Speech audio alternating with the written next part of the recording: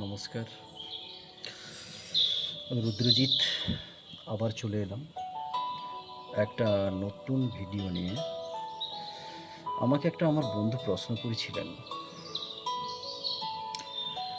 যে 25,000 টাকায় কীভাবে ফিউচার প্ল্যানিং করব? যদি আমার স্যালারি হয় 25,000 টাকা, তাহলে আমি সংসার প্ল্যানিং কীভাবে করব?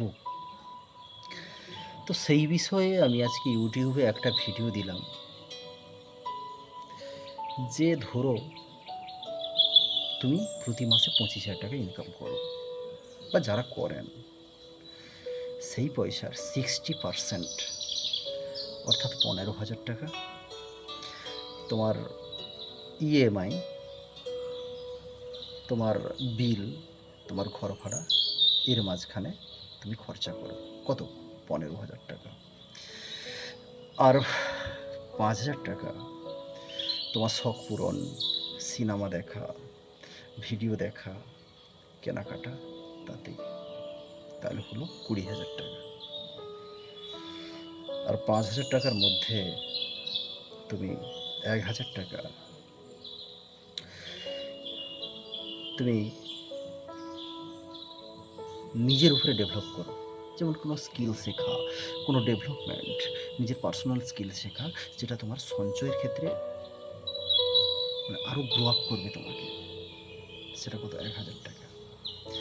আর বাদ বাকি যে 3,000 টাকা, সেটাকে তুমি এসআইপিতে বিনিয়োগ করো। আমি সর্বদা বলে এসেছি প্রত্যেকটা বন্ধুকে যে এসআইপি বিনিয়োগ সব থেকে বেস্ট, বেটার অ্যান্ড বেটেস্ট।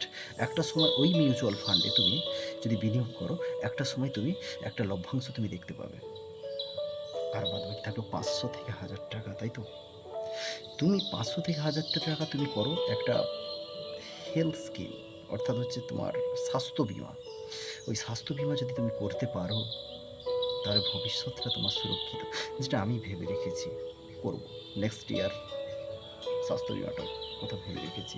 তো প্রত্যেকের জন্য স্বাস্থ্য বিমা টাকাটা খুব জরুরি।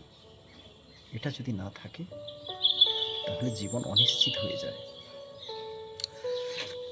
আসছি পরের কথায়। যদি সেভিংস আমরা জীবনে না করি, ভবিষ্যতের জীবনে খুব পস্তাতে হয় আমাদেরকে।